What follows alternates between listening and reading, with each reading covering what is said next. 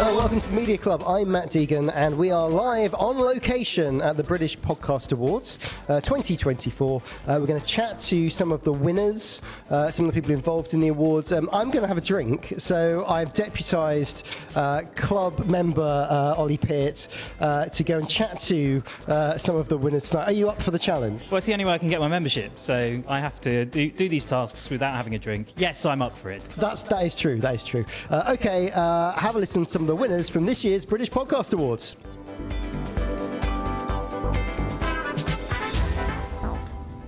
So there I was, backstage at the BPAs, just me, some canned water and a pod coffee machine. And it was time to start earning that membership. One of the first to grab a gong for best news and current affairs was the news agents with Emily Maitlis, Lewis Goodall and John Sopel. Congratulations. How's it feel again? Incredible. I mean, just beyond incredible. We feel so lucky, and we feel incredibly grateful to all our listeners for just, making this happen. You've had quite a big change, haven't you? Because you've changed from Persephonica, you've gone to Global, now producing it. How's that felt? How's the change been from year one to year two? Seamless. Look, I mean, the great thing about the show is that it keeps growing, that we keep reaching new audiences, and I think we got off to a great start. Global have been brilliant, and we are, we're just looking forward to the future now with the general election. We had the general election in July. We had the US presidential election to come. Persephonica did a great job for us when we launched, and it's all been brilliant. Well, actually, John, speaking of elections, so roughly 40 days to go now, is it? Something? Who's going to win? Well, not who's going to win. Thank God for that. This is media. How are your colleagues in the States? How are they going to be feeling now? What's the general mood? Pumped, but it sort of feels like, it's going to be the most astonishing election, and you just hope that at the end of it, it resolves who has won and who has lost, because that was contested last time, and I don't have a huge amount of confidence that it will be resolved this time. And so it's going to be a white knuckle ride for everyone involved, and it's going to be unbelievable, unmissable. On News Agents USA, we're going to try and reflect some of all of that. And all the three of us will be there for that. Well, last question. This is the Media Club. We've rebranded from the Media Podcast to the Media Club. I want you to nominate one person that you think should be part of our club. Who would you go for? Emily, I'll start with you. Wait a sec, what do you mean? Like it's kind of like an exclusive club for like media types, people in the industry who deserve to be there. All of our producers. All of your producers and news agents. Yeah. They're the reason that this show is so good. We've been very, very strongly supported by Global every step of the way, and they have helped us put together the most phenomenal team, and this is all really for them. Honestly, I wish you could sit in on the meeting before we go to record the podcast, where there is... No, actually, I don't. That's not an invite. It's chaos, it's anarchy, it's fun, it's creative, it's extraordinary, it's intelligent, it's challenging, and then we go in and do a podcast. And that is such a joy to be part of. Emily Maitlis, John Sopel and Lewis Goodall from the News Agents. And they were genuinely buzzing after that win. And then later on, they went to bag the Spotlight Award. So a great night all round for them. While I cracked open another can of water, Matt Deegan had a chat with Zing Tsjeng from the World Service, winner of the Business Award for Good Bad Billionaire. Congratulations. Well done. What was it like to walk up to the stage? Honestly, quite surreal, because we were the first awards up and I really hadn't expected it to be so quick. So you won for Best Business. Tell us about the show. So Good Bad Billionaire is a podcast where we examine and trace the lives of billionaires and how they get so rich, and then we judge them as to whether they're good, bad, or just another billionaire. Can a billionaire be good? Well, some of the billionaires are judged as good. We've had a few who have given away all of their money, so those people have been judged as good. We, as one of the producers of the show, I leave the final judgment to Simon and Zing, and sometimes they say that they're good. So according to the podcast, they are good. If you were a billionaire, would you be a good billionaire? Oh, I would hope so. I mean, I don't really want to be judged harshly on my own podcast. I think one of the interesting things about podcasting is it's sort of cross-media. It occupies this kind of odd place. Your background, you've got a kind of media background as well. Where do you think podcasting fits into the media landscape? Oh, I think it occupies that sweet spot between news and reporting and journalism, but also kind of that lovely intimate relationship that radio can build with a listener and a presenter. So I think, that's basically why podcasts are so magical. It's why I fell in love with them. And where do you think it sits compared to like print or digital? Oh, I mean, put it this way. If you can speed read, you can probably speed read a newspaper in less than an hour, but you have to sit down and listen to a podcast. And I, for the record, do not approve of listening to things on twice the speed. At one point, you're not a 1.2. No, I'm not a 1.2. Listen, we talk fast enough already. You don't need to speed us up. Do you think there's a chance for a second series, for more of this? Well, we're already in the middle of our second series, so Right. we're hoping for a third series, Okay. so fingers crossed. Now that we've won a British Podcast Award, I think it's looking good. Yeah, there's I think we sometimes say in the podcast there's something like 2,688 billionaires in the world, so that's the number of episodes that we can make. That's a good push for your commission as a BBC World Service. What's it like to work alongside the BBC on a project like this? I mean, they've been great. I honestly can't have asked for better people to do the podcast with. At every step of the way, the producers have been amazing. Working with Simon has been amazing. I've personally learned so much about finance and business that it's actually quite embarrassing that I've not become a billionaire. But I blame that on Simon. Well, that's hard work to do in preparation for Series 3 to learn those skills. So you spent a lot of time at Vice. Interesting media organisation, sort of foul a bit of just business and about the economics of journalism. But a lot of the people there went on to do kind of quite interesting things. What do you think was special about Vice that has sort of made interesting reporters, journalists, producers? I think we gave a lot of young people a really big opportunity to just try things that other places might not have taken a punt on them for. So we've had people at Vice go from Vice to working for BBC Three, working for Mindhouse. There's an excellent documentary series out now with Jamali Maddox, which is made by former Vice people. And I think, that is it. When you give young people the talent, the skills, empower them to make great content, they go off and do great things. So I'm really proud of everything that everyone's doing now. I mean, it's a great incubator and some things burn brightly for a short time. Well, in the digital media ecosystem, you can't really put your bets on anything these days, I think. Thank you very much. Thank you. Congratulations to Zing, Tsjeng and the team at the World Service. And from one BBC powerhouse to another, this time in the form of Marianna Spring, prolific podcaster, broadcaster and now proper celebrity. I caught up with her just after she won the award for Best Host. So when I'm shortlisted in these categories, I just feel really excited to be in them. So when you win, you're like, oh wow, I can't believe it.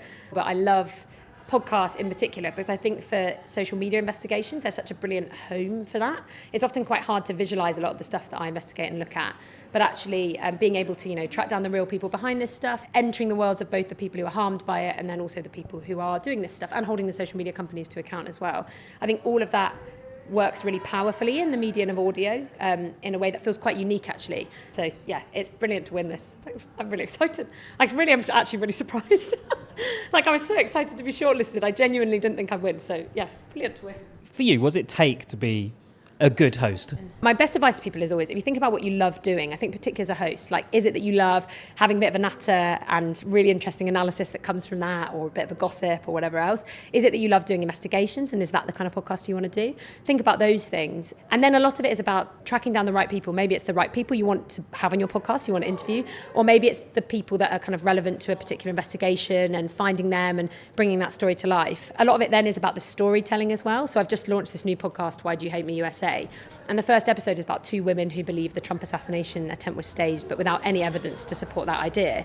And the whole thing about it is actually finding two women who have totally different political views, but who are willing to let me into their lives in Colorado. One is quite hippie and quite alternative and likes Donald Trump. The other is quite, she's voted Democrat for the past 15 years, just a really different profile of person. They both believe the same thing. And I think it's thinking as well about how you want to tell the story. And I think as the host, that's your job too. And you do that with the production team and you really think about how to bring stuff to life. And I think it is an added bonus, certainly in my case, having a specialism, because actually it means that you have an area of expertise and you build an area of expertise, that means you are someone who can kind of uniquely investigate particular social media worlds and the impact that they have. Creating these podcasts is hard work. And having worked at the BBC before, sometimes it can be quite difficult to navigate. How do you navigate the waters of the BBC to be able to produce this kind of content, which is completely original, and it sounds like you get to do things that you really want to do and you're really passionate about? How are you able to do that?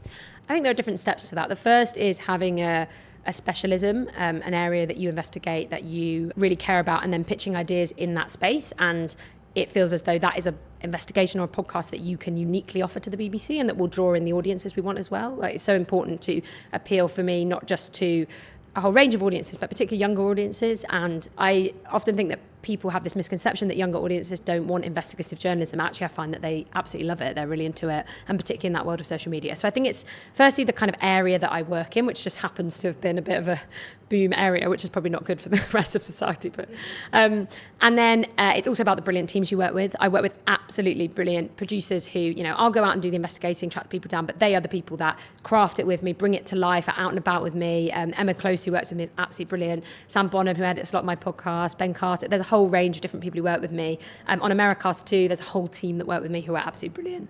And then I think it's also commissioners and editors who get your stuff. One of the things I love about the BBC is that it's so big. One of the things that's tricky about the BBC is that it's so big. And so I think a lot of it is about, you know, finding commissioners that really get you. Rhian Roberts commissions a lot of my podcast for Radio 4, and they are really open to hearing, right, this is the kind of thing I want to investigate and here's how I do it. And they all often will, you know, challenge you and ask questions and everything else. But once you have commissioners and editors that get you, I think that really helps the process. And so I think it's really well worth investing in those conversations. And if you're someone who's starting out and you pitch an idea and maybe a commissioner says, oh, I'm not so sure about this, like, have a conversation about it. Why aren't they sure about it? What can you do to evolve it or adapt it? And, you know, for me now, I'm really used to doing these things, which seems a bit mad because I'm only 28, but I love doing them.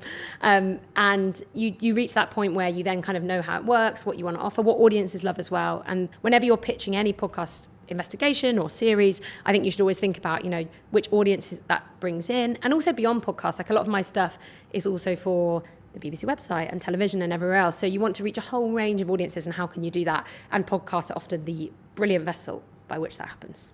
Well, massive congratulations again. Before you go, who would you nominate to be a member of our media club? Aside from yourself, of course. Oh, I would definitely nominate, but this is really biased, but I would definitely nominate Emma Close, who is the brilliant producer who I work with and is just like an absolute superstar and gets audio particularly in a way that loads of people don't. So yeah, definitely her.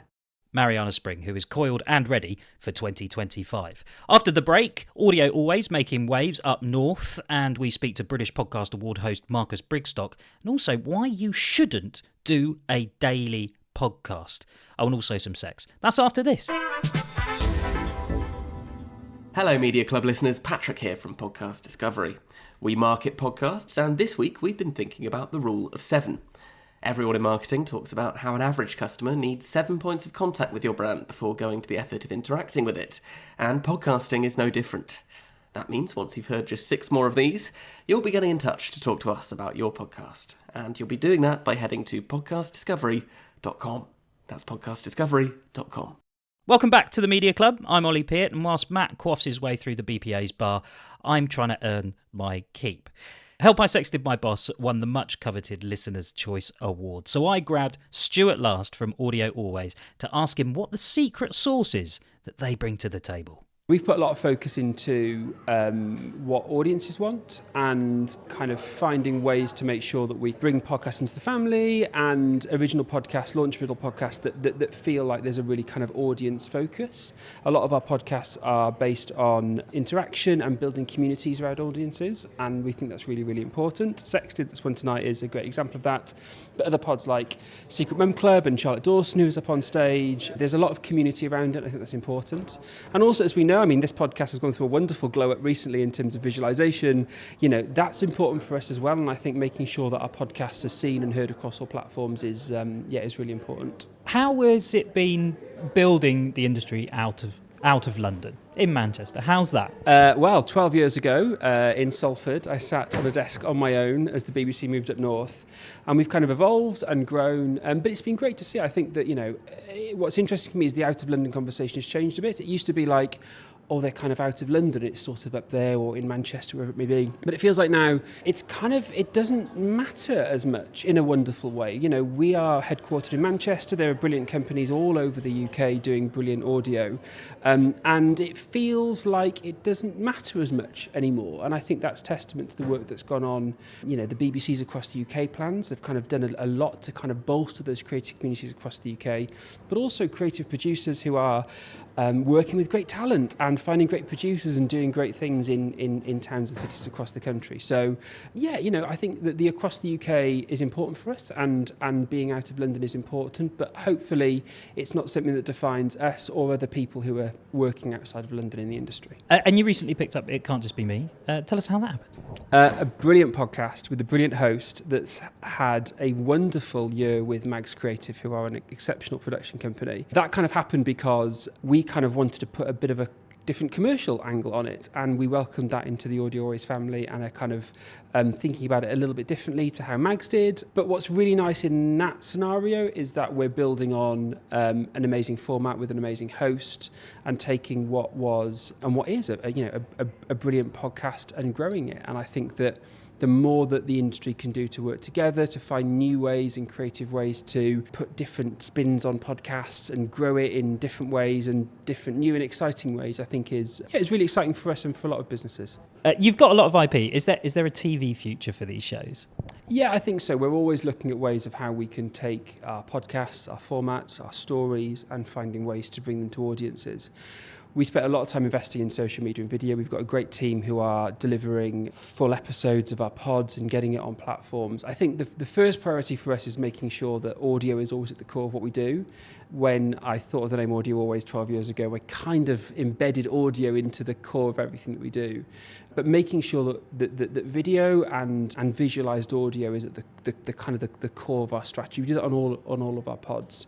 And when it comes to TV, you know, there are lots of ways that our pods can go, especially in the true crime space. We're putting a lot of effort into sort of podcast storytelling, and there's a few things that are kind of that we've been working on recently that are kind of crossing over into TV. But I also think what's interesting for me is just that definition of TV and what TV means to audiences that listen to podcasts, because people are watching Sexted on TV every week. People are watching The Secret Mum Club on TV every week, be it through YouTube on their TVs. So I think for me it's understanding how we can make the most of the IP and not defining ourselves by a specific platform or a specific kind of traditional way of bringing that to where audiences are. It really for us is it's kind of going, look, where are the audiences and how can we make sure that content is where they are is our focus for our IP. We are the Media Club. Who would you nominate to become a member?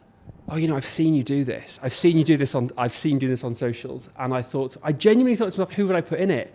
And I didn't know I was going to be doing this, so I haven't prepared. I would like to big up Chloe Straw, who is the Managing Director of Audio UK, which is an organisation that we're part of and the trade body that we're part of. And she is doing amazing work to amplify the work of independent audio production, not only within the BBC and the framework that exists around commissioning, but also across podcasts and audiobooks.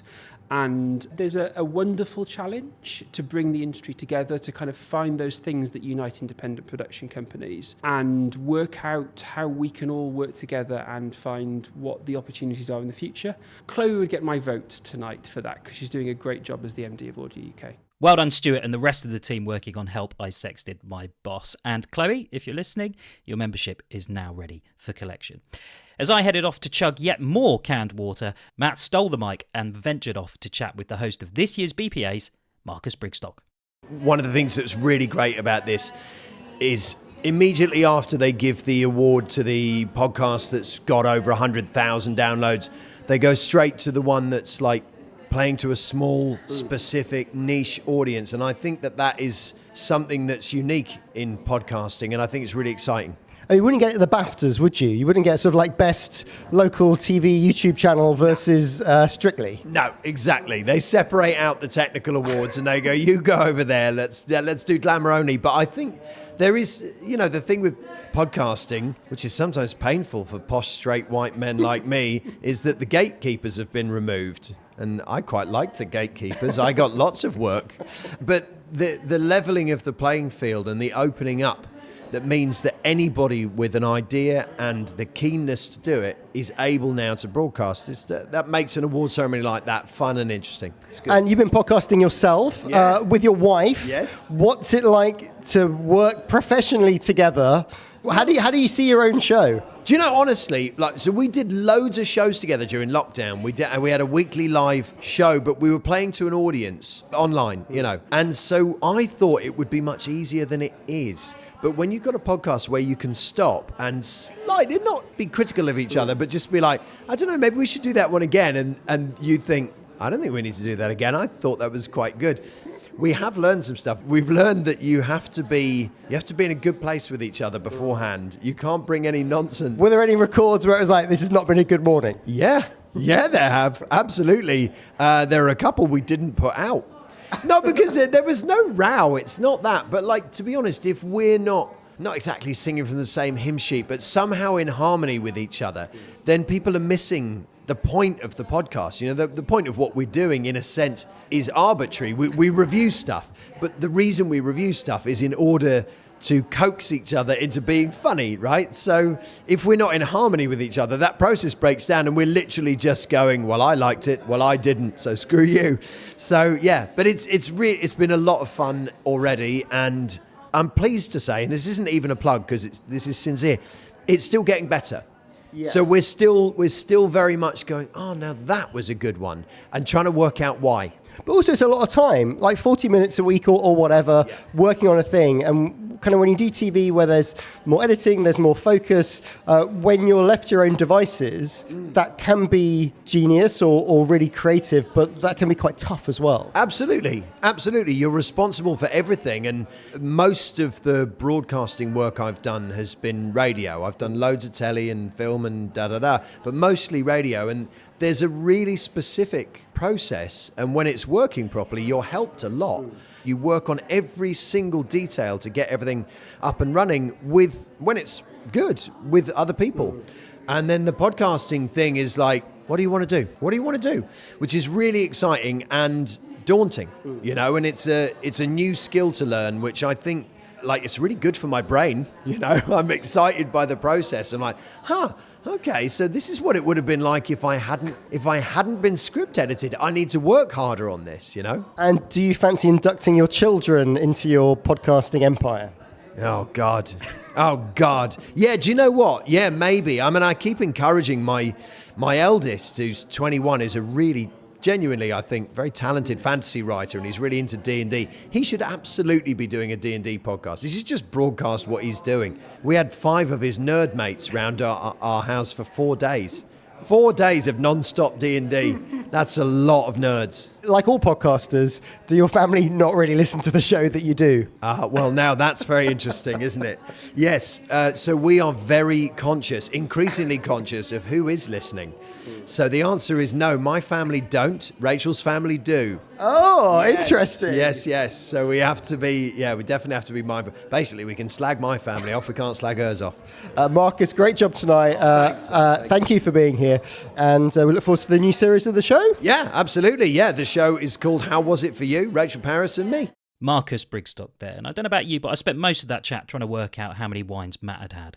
Among the throngs of BBC and other big player wins were some independents, one of which was the brilliant Rob Auton and his podcast, The Rob Auton Daily Podcast, winning, you guessed it, Best Daily Podcast. Last time Rob won was in 2020 during lockdown. But why daily? I think I just wanted to write things out, say them out loud, listen to how they sound and see if anyone else likes it as much as I do. I just love writing and vocalising it and, I don't know, making something from scratch. Creativity for me is absolutely, it gets me through a lot of stuff. So, having a home for my ideas in a podcast is great. I've got like a bell that goes off in my head like, ding, ding, that's a good idea, write that down. And then you think, oh, great, I can put it in the podcast. This is making me want to do it next year, actually. Because you're going to stop, or you have stopped. Well, doing it daily is kind of mad. I don't know when I'll next do it, but I'm so chuffed to have won it this year and done it this year. Yeah. I have the joy of producing a daily podcast as well. The process can feel mechanical, arduous, difficult, relentless? Do you want to share some more feelings, like for anybody else that's kind of thinking that like a daily podcast is a good idea? Yeah. I think between us, do you think we should encourage them not to do it? Yeah, I think we should discourage people. But no, my main job is like a writer and performer. I do a lot of comedy, I do tours and stuff like that. So I spend quite a lot of time on my own. And the good thing about this podcast is that it's a collaboration with Plosive Productions, so I get to work with people. And actually walking to this awards tonight, I was just like, it's just all about people, isn't it? People are here, people have sat down and listened to it, and that's it really. Without people, there's just nothingness or so. Does that answer the question about, is it a good idea to do a daily podcast? No, don't do it, it's not a good idea. I was going to ask if you could create a sort of a poem for this occasion, but that felt poetic in its own right. Yeah. I'll let you off. Congratulations. Thanks very much. I really appreciate it, and thanks to the British Podcast Awards for giving me the award. Yeah, really chuffed. The utterly lovely Rob Auton there. One of the things podcasting does brilliantly is bring underexplored ideas to the masses, and that's exactly what Press Play Turn On has managed to achieve. A series that explores the world of audio porn through interviews with creators and other disabled smut searchers. The team, a collaboration with Audible and Whistledown, secured Best Sex and Relationships podcast. I spoke with the creators, Leanne Coyle and Adam Smith, and also David Press from Whistledown. So where did this idea come from? Porn is the most searched for thing on the internet, and it is a visual medium. So where does that leave people who don't connect with visuals, who can't engage with what they're seeing on the screen? That was where I was interested in the people who were left behind. And so that's what this series did. It looked at where do you go when, your sexual exploration journey isn't the mainstream route. And that's where we found this really kind of interesting abundance of, voices and stories. And that's what this podcast is. And I suppose with a podcast, it's not like radio. Did you find it far more as a sort of creative space to be able to talk about those things? Did you feel you didn't feel restricted in any way? Because it could be that there might be some prudishness to that subject. Yeah, absolutely. I mean, I think that first of all, it was a brave commission. Any commissioner would be brave to commission this, so it was great that Audible did it. But I also think that the space of audio gives you a lot of freedom to explore sex and sexuality and also gender identity, which is a key part of the series because our host is non-binary and trans and also disabled and blind.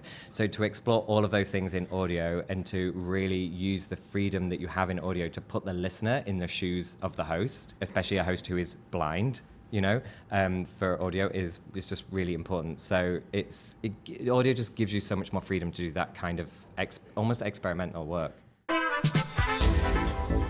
Well, those were the winners of this year's British Podcast Awards. Ollie, I was having a lovely time having some wine whilst watching all of those winners. You've actually spoken to them.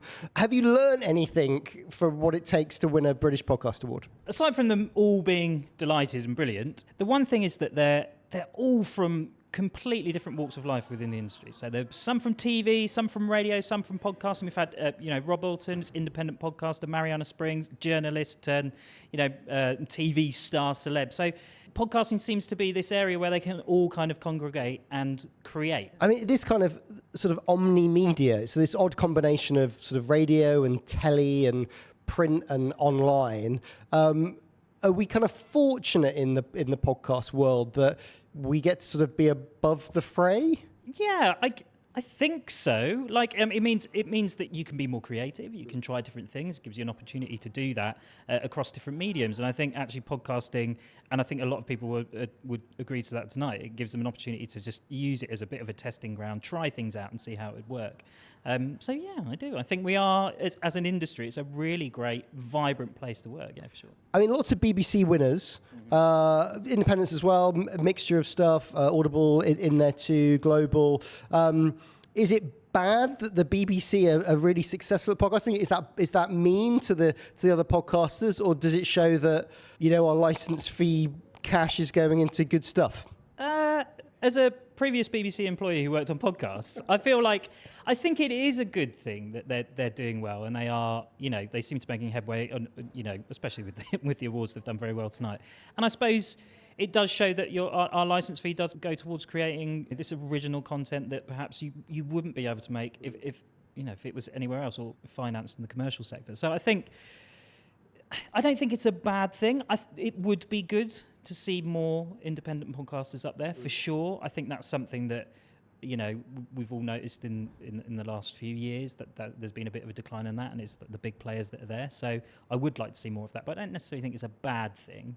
Maybe there can be a bit more of a pair-up between the BBC and some more independents. Maybe that would be a good approach. Well, we will see what happens in the next 12 months. Thank you for listening and for watching. The Media Club is back next week for you to listen to. It was a Rethink audio production with Ollie Peart and a bit of me. Matt Hill was the producer. And we'll see you next week.